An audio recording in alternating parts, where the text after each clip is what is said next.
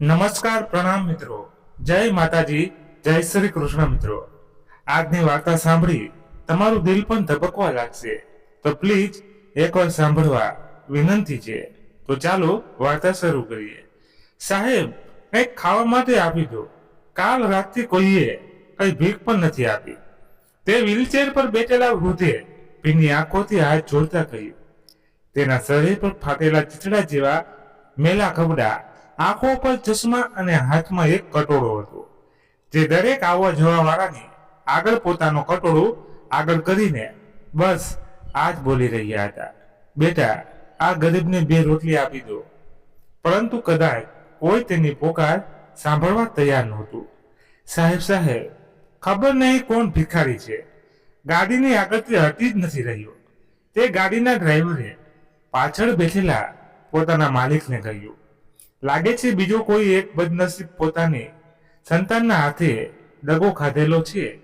એવું કહેતા દામોદરભાઈએ પોતાના ખીચામાંથી થોડાક રૂપિયા નીકાળ્યા અને તે ડ્રાઈવરને કહ્યું કે આ ભિખારીને આપી દો.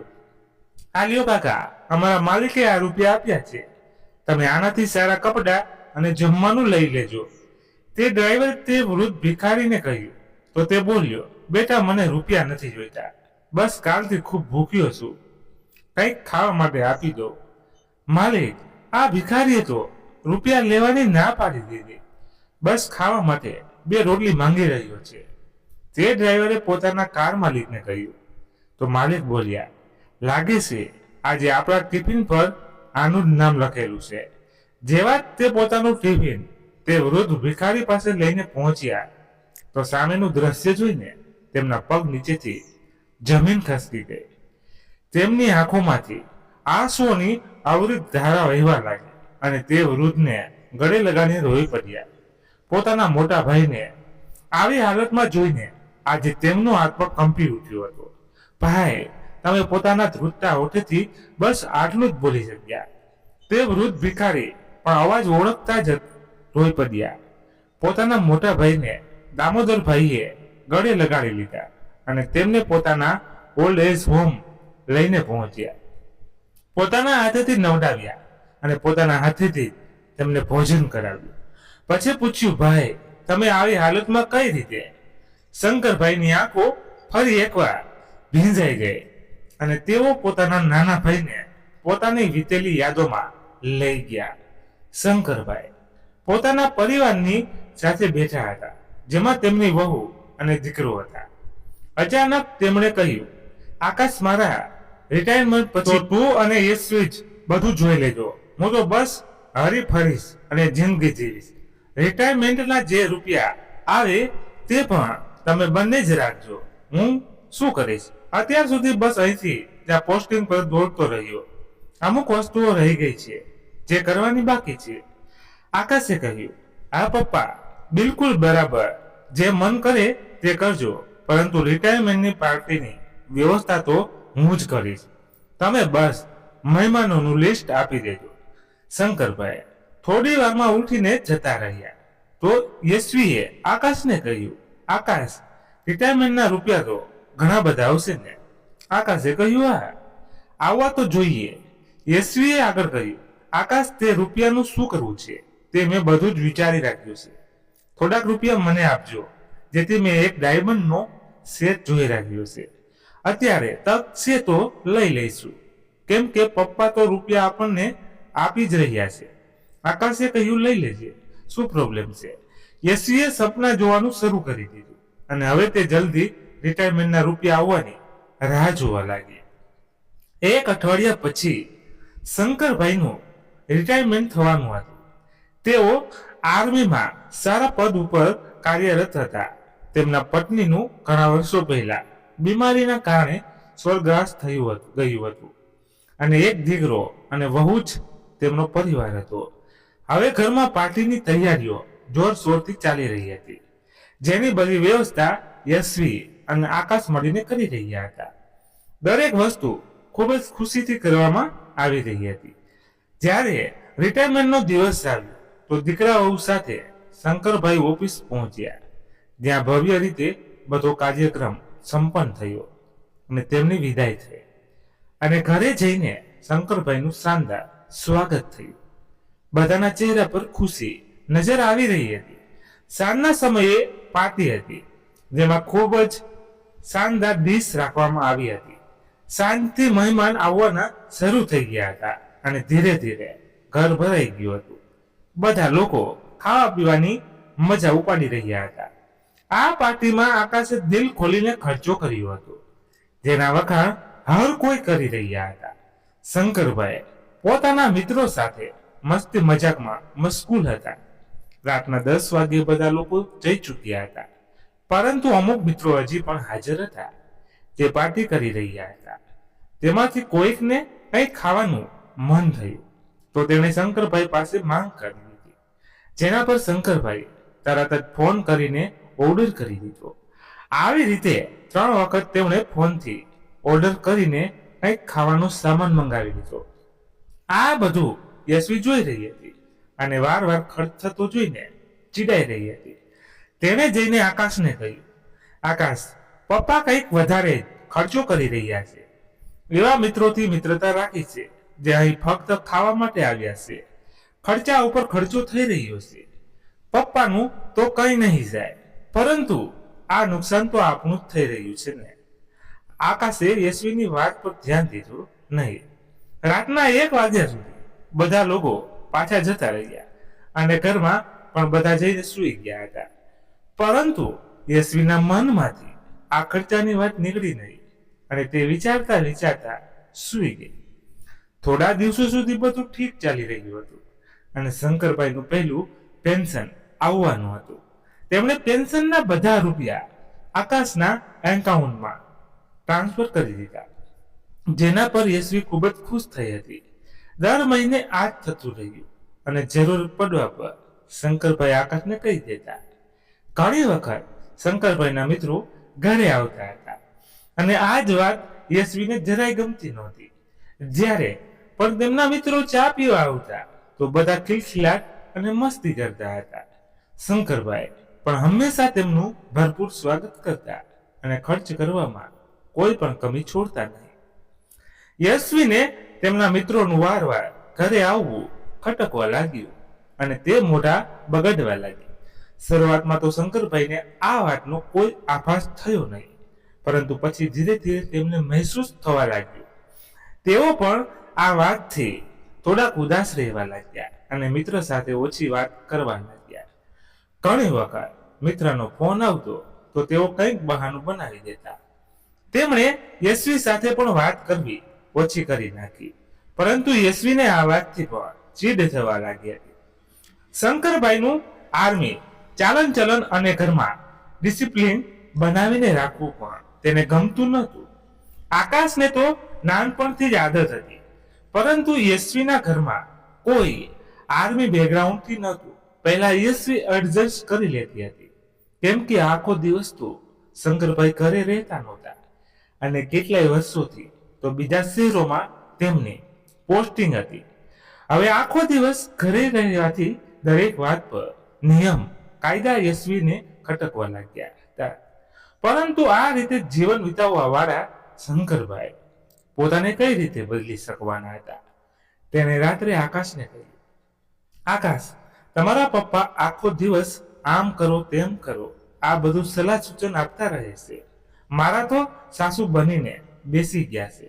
આકાશે તેને સમજાવતા કહ્યું, અરે પપ્પાનો મતલબ તને હેરાન કરવાનો થોડી છે. કંઈક સારું શીખવાડે છે તો શીખવામાં શું વાંધો છે. યશુએ મોઢું બગાડીને કહ્યું, તમારા પપ્પા છે ને તો તમે શું કામે કંઈ કહેશો. આવી રીતે જ રોજ યશવી ફરિયાદ કરતી અને પપ્પાનો સાથ આપવા માટે આકાશને ખરી ખોટી સંભળાવતી. આકાશ પણ મનમાં ને મનમાં તેનાથી કંટાળી ગયો હતો. યશવીને ઘણી વખત સમજાવતા છતાં પણ તે માની નહોતી રહી. એક દિવસ શંકરભાઈના અમુક મિત્રો અચાનક ઘરે આવી ગયા અને પોતાના સ્વભાવ પ્રમાણે તેમણે કંઈ સરસ નાસ્તો બહારથી મંગાવી લીધો. બસ આ જ વાત યશવીના મનમાં લાગી આવી. શંકરભાઈ રસોડામાં પ્લેટ લેવા આવ્યા તો યશવીએ તેમને કહ્યા વગર રહી ન શકી. પપ્પા, આટલા ખર્ચા કરીને અમારું દિવાળું શું કામે કાઢવા માંગો છો? આ લોકો રહેશે તો પારકાજને તમે પોતાનો હાથ ખેંચતા કેમ નથી? આકાશ ઉપર બહુ રોજ થાય છે, હવે એકલો એ જ તો કમાય છે. આ વાત સાંભળીને શંકરભાઈ સ્તનબંધ રહી ગયા. તેઓ તો એમ સમજતા હતા કે યશવીને ખરાબ ભલે લાગે છે, પરંતુ આવી રીતે ઉપકાર દેખાડીને રહેશે એ તેમણે ક્યારેય પણ વિચાર્યું નહોતું. તેમને ખૂબ જ ખરાબ લાગ્યું, પરંતુ યશવીને કંઈ પણ કહ્યા વગર તેઓ હસીને બહાર જઈને મિત્રો વચ્ચે બેસી ગયા. ચા નાસ્તો કર્યા પછી બધા જતા રહ્યા હતા, પરંતુ યશવીનો ગુસ્સો જરાય પણ ઓછો થયો નહોતો.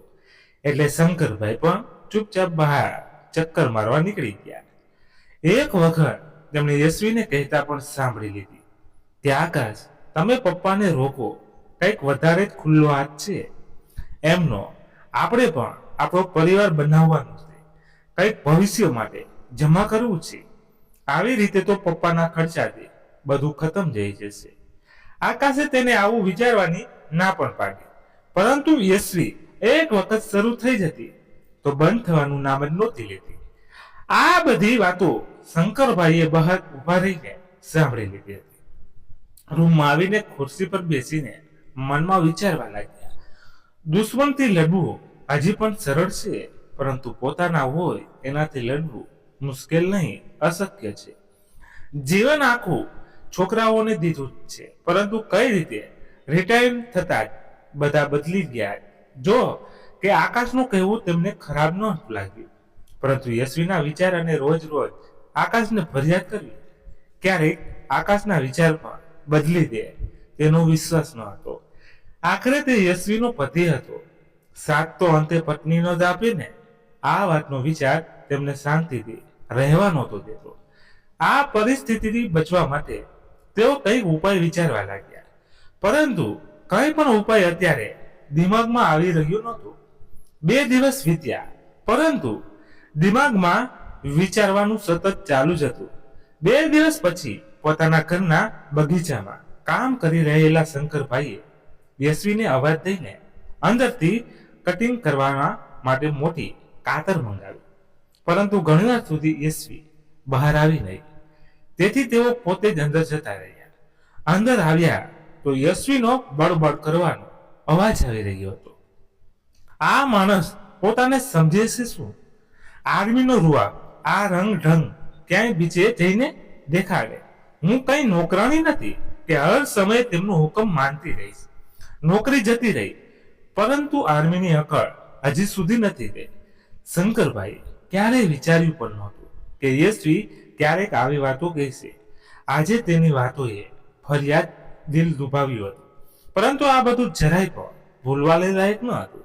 શંકરભાઈ આર્મીમાં રહેવાના કારણે થોડા સખત જરૂર હતા, પરંતુ આ વાતો તેમના મન પર ઘા કરી ગઈ હતી, કેમ કે આ બધી વાતો કોઈ પોતાનાએ જ કહી હતી. તેમને એ દિવસે યાદ આવવા લાગ્યું જ્યારે યશવી તેમની સાથે દીકરી જેવો વ્યવહાર કરતી હતી, ખૂબ જ સન્માન અને ખ્યાલ રાખતી હતી. કદાચ આ બદલાવ રૂપિયાના કારણે થઈ રહ્યો હતો. યશવીના ચહેરા પરથી આવી રીતે નકાબ ઉતરશે એ વિચાર્યું પણ નહોતું, પરંતુ યશવીએ સાંજે આકાશના આવતા તેમને ફરિયાદ કરવાની શરૂ કરી દીધી. આકાશ, તમારા પપ્પાને સમજાવી દો, પોતાના શોખ પૂરા કરવા છે તો બધા કામ જાતે કરે. મને ઓર્ડર આપ્યો તો હું ભૂલી જઈશ કે તે મારા સસરા છે. તેમની દખલ અંદાજી અને અનુશાસનનું નાટક શું ઓછું હતું કે હવે ઓર્ડર પણ ચલાવવા લાગ્યા. તેમને નોકર નથી. હું આકાશ કંઈ કહ્યું નહીં અને ચૂપચાપ પોતાના કામમાં લાગેલો રહ્યો. યશવીનો અવાજ બહાર સુધી સંભળાઈ રહ્યો હતો, અને આ જ વાત બહાર ઉભેલા શંકરભાઈએ જ્યારે સાંભળ્યું તો તેમના હૃદયને ભેદી ગઈ. આકાશ કેમ કંઈ બોલ્યો નહીં? મેં એવી પણ શું હેરાન કરી છે? યશવીને કમાતો વ્યક્તિ જ સારો લાગે છે બધાને. જો હું યશવીને કંઈ કહું તો મારી મહાનતા ક્યાં રહેશે? અને આ તો મને ખોટું જ સાબિત કરી દેશે. યશવીના કહેલા શબ્દો દિવસે ને દિવસે ખૂબ જ અપમાનજનક થતા જતા હતા, અને તે પોતાની બધી હદ પાર કરી રહી હતી. પોતાના રૂમમાં બેઠેલા વિચારોમાં ખોવાયેલા શંકરભાઈ અચાનક ઊભા થઈને બહાર નીકળી ગયા. આ વિશે આકાશ અને યશવીને ખબર પડી નહીં. કાર લઈને નીકળેલા શંકરભાઈ ગુસ્સામાં કાર ચલાવીને જઈ રહ્યા હતા અને દિમાગમાં યશવીના કહેલા શબ્દો ગુંજી રહ્યા હતા. આજે આત્મસન્માન તાર થઈ ગયું હતું. આટલા અપમાન ભરેલા શબ્દો તેમને ક્યારેય વિચાર્યા પણ નહોતા અને તે આટલી સરળતાથી કહી ગઈ હતી. તેમના વિશે યશવીના વિચાર આટલા ખરાબ હતા એ જાણીને તેમને ખૂબ જ મોટો આઘાત લાગ્યો હતો. તેજ ગતિથી રસ્તા ઉપર દોડતી કાર અચાનક કાબુ બહાર થઈ ગઈ. આ બધું એટલું અચાનક થયું કે જ્યાં સુધી બ્રેક લાગે ત્યાં સુધી કાર નિયંત્રણથી બહાર થઈને રસ્તા પરથી ઉત્તરી સાઈડમાં ઝાડ સાથે ભટકાઈને પલટી ગઈ. એટલી તેજ ગતિએ આવેલી કારને પલટતા જોઈને ત્યાં પાણી છોડતો ખેડૂત જોરથી ચીક્યો. પોતાની આંખો સામે તેણે આ ભયાનક દ્રશ્ય જોયું. ઉલટતી પલટતી કાર જ્યારે ઊભી રહી ત્યારે હિંમત કરીને તેણે લોકોને ભેગા કરી દીધા અને જ્યારે તે બધા કાર પાસે ગયા તો અંદર શંકરભાઈ બેભાન અવસ્થામાં શ્વાસ લઈ રહ્યા હતા. તે લોકો જલ્દી તેમને બહાર કાઢવાનો પ્રયત્નોમાં લાગી ગયા કેમ કે કારના એન્જિનમાંથી ધુમાડો નીકળવા લાગ્યો હતો જેનાથી કારમાં ગમે ત્યારે આગ લાગવાનો ડર હતો. તે લોકોએ સાવધાનીથી કારનો કાચ તોડ્યો જેમાં પહેલાથી જ તિરાડ પડી ગઈ હતી. તેમને બહાર કાઢીને તેમનો ફોન શોધ્યો અને આકાશને ફોન કરી દીધો. શંકરભાઈ વિશે સાંભળીને આકાશ એકદમ ચોંકી ઉઠ્યો કેમ કે તેના અનુસાર તો તેના પિતા પોતાના રૂમમાં જ હતા. ત્યાર પછી ગભરાતો આકાશ ત્યાં આવ્યો અને તેમની મદદથી શંકરભાઈને હોસ્પિટલ લઈ ગયો. આઈસીયુમાં ભરતી કરાવ્યા અને શંકરભાઈને જોવા માટે ઘણા લોકો આવી ગયા. બધા પૂછી રહ્યા હતા કે કઈ રીતે થયું, પરંતુ તેનો જવાબ આકાશ પાસે હતો જ નહીં. આકાશે રડતા રડતા પોતાની પત્નીને કહ્યું, યશવી, પપ્પા કઈ કહીને ગયા હતા? શું રાત્રે આવી રીતે બહાર કેમ ગયા? જ્યારે તેઓ આ સમયે તો ક્યાંય નથી જતા. યશવી અજાણી બની ગઈ જ્યારે તેને અંદેશો થઈ ગયો હતો કે બહાર ઉભેલા પપ્પા તેમની વાતો સાંભળી રહ્યા છે અને તે બહાર ગયા છે. યશવીએ કહ્યું, આકાશ, હું તો કંઈ પણ નથી જાણતી. હું પણ તમારી સાથે રૂમમાં જ હતી. ને આકાશ વિચારમાં પડી ગયો કે પપ્પા કહ્યા વગર આવી રીતે બહાર કેમ ગયા? આખરે શું વાત હશે કે રાતના 1 વાગ્યે ઘરેથી નીકળી ગયા? આગલા દિવસે શંકરભાઈ ભાનમાં આવી ગયા તો આકાશ ખૂબ જ ખુશ થયો અને તેની આંખમાં આંસુ આવી ગયા.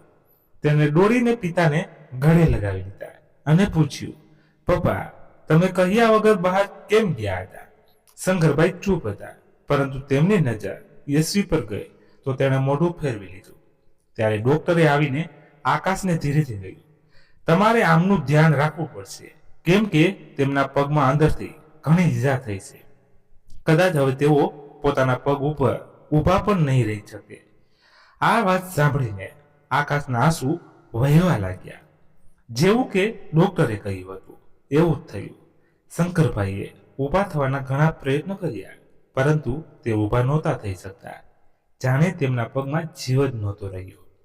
1 અઠવાડિયા પછી તેમને વ્હીલચેર પર બેસાડીને ઘરે લાવવામાં આવ્યા અને જેવું તે ડોક્ટરે કહ્યું હતું એવી રીતે જ આકાશ પોતે તેમનું ધ્યાન રાખવા લાગ્યો. 3 દિવસ ઘરે રહ્યા પછી આકાશને ઓફિસે જવું પડ્યું અને તેને જવાબદારી યશવીને આપી દીધી. પરંતુ યશવી ઉપર તો જાણે ખૂબ જ મોટો ભાર આવી પડ્યો હતો. ના તે શંકરભાઈને સમયસર જમવાનું આપતી અને ના દવાઓ. એટલે શંકરભાઈ પણ મન મારીને ચૂપ રહેવા લાગ્યા. ઘણી વખત પોતે ઊભા થવાનો પ્રયત્ન પણ કરતા તો પણ લડખડાઈને જમીન પર પડી જતા. યશવી તેમને જમીન પર પડેલા જોઈને જલ્દી ઊભા કરવા પણ જતી નથી અને હસતી રહેતી અને શંકરભાઈ બિચારા બસ નીચે પડેલા તેને અવાજ દેતા રહેતા. હવે તો તેમને પોતાના ઉપર જ દયા આવવા લાગી હતી. યશવી ઘણી વખત બળબડ કરતી રહેતી, આટલો ખર્ચો કરાવડાવે છે, શરમ પણ નથી આવતી. આટલી દવાઓ અને સેવા અલગથી કરાવડાવે છે. ડોસો કારણ વગરનું નાટક કરે છે. આટલું બધું થયા પછી પણ શંકરભાઈ પોતાની હાલત કોઈને કહી નહોતી. એક દિવસ સાંજે યશવી બોલી, પપ્પા તમે ઘરમાં બેઠા બેઠા કંટાળી જતા હશો, ચલો તમને હું બારે પાર્કમાં ચક્કર મરાવ્યો. આ સાંભળીને શંકરભાઈને થોડી નવાઈ તો લાગી, પરંતુ તે કઈ કરી શકે તેમ ન હતા. યશવી તેમને એક અજાણ્યા પાર્કમાં લઈ ગઈ.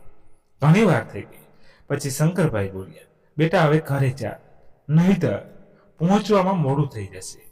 ખબર નહીં આ તું ક્યાં પાર્કમાં લઈને આવી છું. શંકરભાઈને જ્યારે કોઈ જવાબ ન મળ્યો તો તેમણે પાછળ વળીને જોયું, પરંતુ ત્યાં કોઈ ઊભું નહોતું. તેમની વૃદ્ધ આંખો યશવીને શોધી રહી હતી, પણ તે ક્યાં નજર નહોતી આવી રહી. ખબર નહીં આ કયું પાર્ક હતું જ્યાં યશવીને લઈને આવી હતી. હવે ઘરે કઈ રીતે જાય? બસ એ જ વિચારીને તેમની આંખમાં આંસુ આવી ગયા. તેમણે આજુબાજુ આખા પાર્કમાં જોયું, પરંતુ કોઈ દેખાયું નહીં.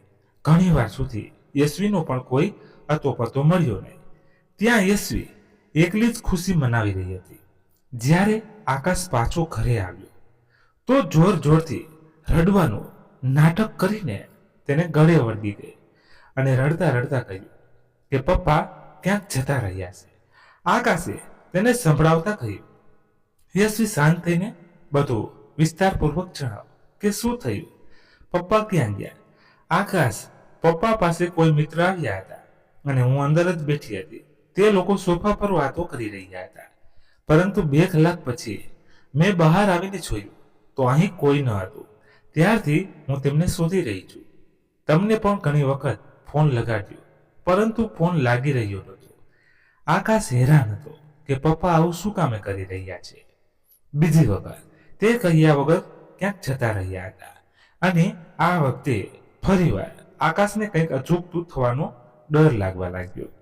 આકાશે પૂછ્યું કે કોણ આવ્યું હતું, પપ્પા પાસે શું નામ હતું એમનું. યશવીએ ફરીવાર ખોટું કહી દીધું, મને નથી ખબર તે કોણ હતા, તેમનું નામ પણ ખબર નથી, કેમ કે પહેલા તે ક્યારેય પણ નથી આવ્યા. આકાશે તરત જ શંકરભાઈને ફોન લગાડ્યો. ફોન ત્યાં સોફા પર જ વાગતો દેખાડો. આ હેરાન કરવા વાળી વાત હતી. આકાશે યશવીને શંકરભાઈના ઘણા મિત્રોના ફોટા દેખાડ્યા, પરંતુ યશવીએ કોઈને પણ જોઈને કહ્યું નહીં કે ઘરે આવ્યા હતા. આકાશ તેમના ઘણા મિત્રો પાસે પણ ગયો, પરંતુ કોઈ તેમના વિશે કંઈ પણ જાણતું નહોતું. આકાશ શંકરભાઈ માટે ખૂબ જ ચિંતામાં હતો. દરેક જગ્યાએ તેમને શોધી રહ્યો હતો, પરંતુ તેમના વિશે કંઈ પણ ખબર નહોતી પડી રહી. શંકરભાઈ બધાથી ખૂબ જ દૂર જતા રહ્યા અને કદાચ તેઓ ફરીવાર ઘરે આવવા પણ નહોતા માંગતા. યશવી તેમના મળવાથી ખૂબ જ ખુશ હતી અને આકાશને પણ કહેતી, આકાશ પપ્પા પોતાની મરજીથી ગયા છે, શું ખબર ક્યાંક ફરવા ગયા હોય. આકાશે તેને ઘૂરતા કહ્યું, પપ્પા હવે ચાલી નથી શકતા તો કઈ રીતે જશે, તને કઈ ભાન છે કે નહીં, કે શું બોલી રહી છે. આ વાત આકાશે ગુસ્સામાં ખીજાઈને કહી હતી. આકાશે ઘણી હોસ્પિટલોમાં પણ તપાસ કરી, પરંતુ કઈ ખબર પડી નહીં. તે પોતાના પપ્પાને યાદ કરીને ખૂબ જ ટેન્શનમાં રહેવા લાગ્યો અને ઘણી વખત યશવીથી છુપાઈને રહેતો. પાર્કમાં જઈને હરરોજ ત્યાં આવવાવાળા લોકોમાં પોતાના પપ્પાને શોધતો અને આ સવાલનો જવાબ પણ શોધવાનો પ્રયત્ન કરતો કે આખરે પપ્પા આવી રીતે કેમ ગયા, પરંતુ જવાબ તો ફક્ત યશવી જ જાણતી હતી. આકાશ ગુમસુમ રહેવા લાગ્યો અને હંમેશા ઉદાસી તેના ચહેરા પર દેખાતી. યશવી આકાશને સમજાવતી, પરંતુ આકાશને ફક્ત પપ્પાથી મળવું હતું. મહિનાઓ વીતી ગયા હતા અને આકાશ હજી સુધી ફક્ત શંકરભાઈની તલાશમાં હતો. હવે તેનું ઓફિસમાં પણ મન નહોતું લાગતું. તેનું મન હંમેશા શંકરભાઈમાં જ પડ્યું રહેતું હતું. એક વખત તેણે એક ઓલ્ડ એજ હોમનું બોર્ડ જોયું તો ત્યાં જઈને વૃદ્ધ લોકો પાસે બેસીને શાંતિ મેળવવાનો પ્રયત્ન કરવા લાગ્યો. તે વૃદ્ધો તેની આત્મહત્યાથી ખુશ થઈ ગયા અને આગલા દિવસે આવવા માટે કહ્યું તો આકાશ હરરોજ ત્યાં જવા લાગ્યો. જ્યારે પણ જતો તો એમના માટે ફળ અને કંઈક મીઠાઈઓ લઈ જતો જે શંકરભાઈને ભાવતી હતી. એ જ બધું તેમના માટે લઈને જતો. એ દિવસે તે ઓલ્ડ એજ હોમનો વાર્ષિક સમારોહ હતો. જેમાં તે બધા વૃદ્ધોએ આકાશને બોલાવી લીધો. આકાશ પણ તે દિવસે ત્યાં પહોંચ્યો. ત્યાં બધા વૃદ્ધો બેઠા હતા અને સામે ખૂબ જ સુંદર સ્ટેજ લાગેલું હતું. થોડા મહેમાનોને પણ બોલાવવામાં આવ્યા હતા. આકાશ આવતા જતા બધા લોકોને જોઈ રહ્યો હતો. કોઈકને બેસવામાં મદદ કરતો તો કોઈકને પાણી લાવીને આપતો, કોઈકને ખુરશી લાવીને આપતો તો કોઈકને સ્ટેજ સુધી લઈ જતો. આ બધું કરીને તેને અંદરથી સારું લાગી રહ્યું હતું. ત્યારે સ્ટેજ ઉપર એક યજમાને મહેમાનને બોલાવવા કહ્યું, તમારી સામે એવા મહેમાનને આમંત્રિત કરવા માંગુ છું જે તમારામાંથી જ એક છે, પરંતુ આ વૃદ્ધ ખૂબ જ સકારાત્મક વિચારવાળા વ્યક્તિ છે જે તમારામાં પણ જોશ ભરવાનું કામ કરશે. તો મળો આ ઓલ્ડ એજ હોમનો મહેમાન તરીકે આમંત્રિત મિસ્ટર શંકરભાઈ પટેલને. આ નામ સાંભળતા આકાશે સ્ટેજ પર જોયું. ત્યાં જોતા તેની આંખમાં આંસુ આવી ગયા, કેમ કે સામે શંકરભાઈ પોતાના પગ ઉપર ઊભા હતા અને પોતાની બીમારીના ઠીક થવાનું શ્રેય પોતાના ભાઈ દામોદરને દઈ રહ્યા હતા. ત્યારે આકાશના દિમાગમાં આ નામ આવ્યું. તેને તરત યાદ આવ્યું કે આ તો એ જ ઓલ્ડ એજ હોમના સંચાલક અમારા પડોશી દામોદર અંકલ છે, જે ક્યારેક ક્યારેક અમારા ઘરની બાજુમાં રહેતા હતા. દાદાજી તેમને પણ પોતાનો દીકરો જ માનતા હતા અને તે અંકલ પપ્પાને પોતાના મોટા ભાઈ કહેતા હતા. તેમના પરિવારે તેમને પોતાનાથી અલગ કરી નાખ્યા હતા. ત્યારે તેમણે એક પોતાનું ઓલ્ડ એજ હોમ ખોલી લીધું હતું. આકાશની આંખોમાં આંસુઓની ધારા વહી રહી હતી અને તે પોતાના આંસુને લૂછતા વારવાર પોતાના પપ્પાને પોતાના પગ પર ઊભા રહેલા જોઈ રહ્યો હતો, જેનાથી તે ખૂબ જ ખુશ હતો. આટલા મહિનાઓ તો દુઃખ પણ તેની આંખોમાંથી આંસુ બનીને વહી રહ્યું હતું. તે પોતે જ જાણતો હતો કે તેણે કેટલા જતન કર્યા હતા કે કોઈ પણ રીતે શંકરભાઈ પાછા મળી જાય. શંકરભાઈ જ્યારે ઉતરીને નીચે આવ્યા તો આકાશ તરત જ સામે ઊભો રહી ગયો. તેને જોઈને શંકરભાઈની આંખોમાં પણ આંસુ આવી ગયા. આકાશ એકદમ જોશથી તેમને ગળે વળગી ગયો. શંકરભાઈએ પણ તેને ગળે લગાવી લીધો અને બાપ દીકરો બંને ખૂબ રડ્યા. એક તરફ જઈને આકાશે કહ્યું, પપ્પા મારે તમને ઘરે લઈ જવા છે, પરંતુ પહેલા એ જણાવો કે તમે આવું શું કામે કર્યું. શંકરભાઈ આ પ્રશ્ન સાંભળીને ઊભા થઈને તેને જોવા લાગ્યા અને પછી કહ્યું, બેટા આનો જવાબ આપીને હું તારી જિંદગીમાં કોઈ મુશ્કેલી ઊભી કરવા નથી માંગતો. હવે હું અહીં ઠીક છું અને ખુશ છું. આકાશે ચોંકીને કહ્યું, પપ્પા આવું શું કામે કહી રહ્યા છો? તમારા વગર હું નથી રહી શકતો. શંકરભાઈ ચૂપ રહ્યા, પરંતુ આકાશે તેમને હકીકત જણાવવા માટે દબાણ કર્યું. ઘણીવાર પછી તેઓ ભાંગી પડ્યા અને બોલ્યા, આનો જવાબ આમ તો યશવી જ આપી શકે છે, પરંતુ આજે મારા મોઢે જ સાંભળી લે. ત્યાર પછી તેમણે એક વાત અને યશવી દ્વારા કહેવામાં આવેલા તે બધા શબ્દો જે આજ સુધી તેમના હૃદયમાં કાંટાની જેમ ખૂંચી રહ્યા હતા, તે બધું જ કહી દીધું, જેનાથી તેમનું હૃદય તો હળવું થયું. સાથે જ આકાશને પણ યશવીની હકીકતની ખબર પડી. તેમણે કહ્યું કે યશવી તેમને કેવા કેવા શબ્દો કહેતી હતી અને ક્યારેક પડી જતા તો જમીન ઉપર પડેલા જ રહેવા દેતી હતી. આ બધું સાંભળીને આકાશને યશવી ઉપર ખૂબ જ ગુસ્સો આવી રહ્યો હતો. તેણે શંકરભાઈને ઘરે ચાલવા માટે કહ્યું, પપ્પા હમણાં જ મારી સાથે ઘરે ચાલો, પરંતુ શંકરભાઈએ તેની સાથે જવાની ના પાડી દીધી. એમણે કહ્યું, આકાશ હું મારી જિંદગીમાં ખૂબ જ ખુશ છું અને તને પણ ખુશ જોવા માંગુ છું. હું સાથે રહીને પણ આ બધી વાત તને જણાવી શકતો હતો, પરંતુ હજી વધારે અપમાન અને તારી જિંદગીમાં દુઃખ જોવા નહોતો માંગતો. તું યશવીને કંઈ પણ ન કહેતો, હવે પાછો જા. આકાશે ખૂબ જ જીદ કરી, પરંતુ શંકરભાઈની ના આગળ હાર માની ગયો. તો એણે બીજો રસ્તો કાઢી લીધો. તે ઘરે ગયો અને ત્યાં યશવીની આગળ બધી હકીકત રાખી દીધી. યશુએ વિચાર્યું પણ નહોતું કે ક્યારેક હકીકત આવી રીતે પણ સામે આવી જશે. તે મારા પપ્પા સાથે એટલો ખરાબ વ્યવહાર કર્યો કે તેઓ પોતાનું આત્મસન્માન ઘાયલ થતું જોઈ ન શક્યા, પરંતુ તે તો બધી જ હદો પાર કરી નાખી. તેમના જમીન પર પડી જવા પછી તેમને ઉપાડવા પણ જરૂરી નહોતી સમજતી. આકાશ તેના વાળ પકડીને બોલ્યો, વિચાર જરાક શું વીતી હશે પપ્પાના મન ઉપર. આકાશ આજે ગુસ્સાથી લાલ થઈ ગયો હતો અને યશવી ઉપર વરસી પડ્યો હતો. આજે જે તેના મનમાં આવ્યું તે કહેતો જતો હતો.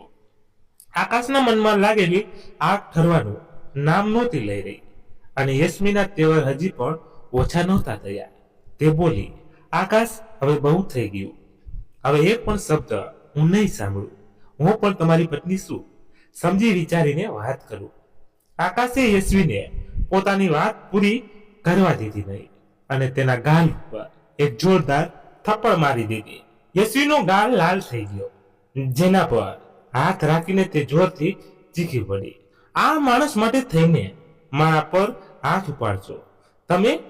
આકાશે આ વખતે કોઈ જવાબ આપ્યો નહીં અને અંદર જતો રહ્યો. યશ્વી બહાર બેઠી રહી અને થોડી વાર પછી આકાશ પાછો બહાર આવી ગયો, પરંતુ તેના હાથમાં બેગ જોઈને યશ્વી ઊભી થઈ ગઈ અને બોલી, ક્યાં જઈ રહ્યા છો? આકાશ, આ બધું શું છે? આકાશે ગુસ્સામાં કહ્યું, મારા પપ્પાની પાસે જ્યારે તારી નિયત આવી જ છે તો હું પણ રહીને શું કરીશ? હું પણ ત્યાં જતો રહું છું. હવે ઘરમાં એકલી પોતાના આવા હલકા વિચાર સાથે સળતી રહેજે. તું પોતે શું છે તે વિચાર. પપ્પાએ જે અસલી ચહેરો જોઈ લીધો હતો તારો, એ તે આજે પણ મને દેખાડી દીધો. પપ્પાનું અહીં રહેવું તને નથી ગમતું તો હું પણ શું કામે રહું? તું મર અહીં એકલી. યશવીએ ખૂબ જ હાથ પગ જોડ્યા, પરંતુ આકાશ રોકાયો નહીં અને ઝડપથી બહાર નીકળીને કાર ચાલુ કરી અને જતો રહ્યો. આજે યશવી એકલી હતી, તેની સાથે કોઈ નહોતું. કોઈકનું આટલું અપમાન કરતું તેને કેટલું ભારે પડ્યું હતું. સસરાનું અપમાન કરતા તેના મને ખુશ થતી હતી, પરંતુ આજે ભરી ભરીને આંસુ વહાવી રહી છે અને કોઈ તેના આંસુ લૂછવા વાળું પણ ન હતું. આજે જ્યારે આકાશ ઘરેથી ગયો ત્યારે યશવીને અહેસાસ થયો, 1 કલાક સુધી રડ્યા પછી યશવી ત્યાં જ પહોંચી ગઈ. ત્યાં પહોંચીને યશવી સીધી શંકરભાઈ પાસે ગઈ. સામે યશવીને ઉભેલી જોઈને શંકરભાઈ હેરાન થઈ ગયા, પરંતુ તેમણે કંઈ કહ્યું નહીં અને બીજી બાજુ ચહેરો ફેરવી દીધો. તેમની બાજુમાં જ બેઠેલો આકાશ તેના પર ગુસ્સે થઈને બોલ્યો, અહીં શું કામે આવી છે? કંઈક ખોટું કરવાનું રહી ગયું છે ને? નીકળ અહીંથી. અહીં તો પપ્પાને શાંતિથી જીવવા દે. આકાશે હાથ જોડ્યા અને પાછા જવા માટે કહી દીધું, પરંતુ યશવીએ કહ્યું, હું માફી માંગવા વગર નહીં જાઉં. પપ્પા, હું લાલચમાં આંધળી થઈ ગઈ હતી. સાચું ખોટું કંઈ વિચાર્યું નહીં. પપ્પા, પ્લીઝ માફ કરી દો. આટલી મોટી ભૂલને માફી મળવી તો ન જોઈએ, પરંતુ પોતાની દીકરી સમજીને માફ કરી દો. ખૂબ જ મોટો અપરાધ કર્યો છે મેં. તમને આટલા અપમાનિત કર્યા, આટલી ખરી ખોટી સંભળાવી. પ્લીઝ મને માફ કરી દો. યશવી પગમાં પડી ગઈ હતી.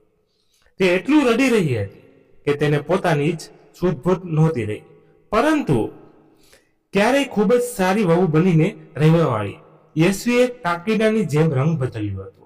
એ શંકરભાઈ કઈ રીતે ભૂલી શકવાના હતા? યશવીના વર્તનથી શંકરભાઈના આત્મસન્માનને ખૂબ જ ચોટ પહોંચી હતી. તેનો ઘા ખૂબ જ ઊંડો હતો. શંકરભાઈ માફ ન કરી શક્યા. યશવીએ બંનેને ઘરે આવવા માટે કહ્યું તો શંકરભાઈ બોલ્યા, આકાશ બેટા, તું જા અહીંથી. મારી અહીં ખૂબ જ સેવા થાય છે, એટલે તો હું મારા પગ ઉપર પાછો ઊભો થઈ શક્યો છું. આ લોકોનું કરજ છે મારા ઉપર અને મારે પણ સેવા કરવી છે, તેમનો સાથ દેવો છે. આકાશે આ બધું સાંભળીને યશવીને કહ્યું, જોયું યશવી, પપ્પાએ આમાં પણ કોઈકનું ભલું જ વિચાર્યું. આટલો સેવા ભાવ તું પણ પપ્પા માટે રાખી શકતી હતી ને? આપણી જિંદગીમાં કોઈ પરેશાની ના થાય એના માટે પપ્પાએ ક્યારે પણ તારી ફરિયાદ મને કરી નહીં. શું આ વાત ક્યારેય તને સમજાણી નહીં? તેઓ ધારક તો આપણને ઘરથી નીકાળી શકતા હતા. યશવી નજર નીચે કરીને ઊભી હતી અને પોતાના કર્મોની સજા હવે ભોગવી રહી હતી. યશવીએ ખૂબ જ જીદ કરી, પરંતુ તેઓ પાછા પોતાના ઘરે ગયા નહીં. તો આકાશ પણ ત્યાં જ પિતા સાથે રહેવા લાગ્યો. શંકરભાઈએ ખૂબ જ સમજાવ્યું કે ઘરે જતો રહે, પરંતુ તે માન્યો નહીં. ત્યાં યશ્વી એકલી ઘરમાં રહેતી, જ્યાં તેને એકલા મૂંઝવણ પણ થઈ હતી. પરંતુ હવે કરે તો શું કરે? પોતાના કર્મોનું ફળ ભોગવી રહી હતી. જે વૃક્ષ ઉપર ફળ લાગેલા હોય તે નમીને રહે છે. અકળીને રહેવા વાળા વૃક્ષ હંમેશા મૂળિયા ખોઈ નાખે છે. મિત્રો, વાર્તા અહીં પૂર્ણ થઈ. મિત્રો, તમારા વિચાર કોમેન્ટ બોક્સમાં જરૂર લખજો, કારણ કે તમારા દરેક કોમેન્ટમાંથી અમને ઘણું શીખવા મળે છે. જો તમને આ વાર્તા ગમી હોય અને આ વાર્તા તમારા હૃદયને સ્પર્શી હોય તો તેને લાઈક જરૂર કરજો અને ચેનલને સબસ્ક્રાઇબ કરવાનું બિલકુલ ભૂલતા નહીં. સાથે સાથે આ વિડીયોને વધારેમાં વધારે લોકો સુધી શેર કરજો, જેથી આ વાર્તા કોઈ બીજા પણ સાંભળવાનો આનંદ મેળવી શકે. જતા જતા કોમેન્ટમાં તમારા શહેરનું નામ લખજો. મને ખરેખર બહુ આનંદ થાય છે એ જાણીને કે અમારો વિડીયો દુનિયાના ક્યાં ક્યાં ખૂણે પહોંચી રહ્યો છે. તો એકવાર જરૂર કોમેન્ટ કરી દેજો. ધન્યવાદ. ફરી મળીએ નવી વાર્તા સાથે. ત્યાં સુધી તમારા મિત્રો સાથે, પરિવાર સાથે મસ્ત રહો, તંદુરસ્ત રહો. જય માતાજી, જય દ્વારકાધીશ. હર હર મહાદેવ, મહાદેવ, મહાદેવ. જય શ્રી રામ, જય બજરંગ બલી.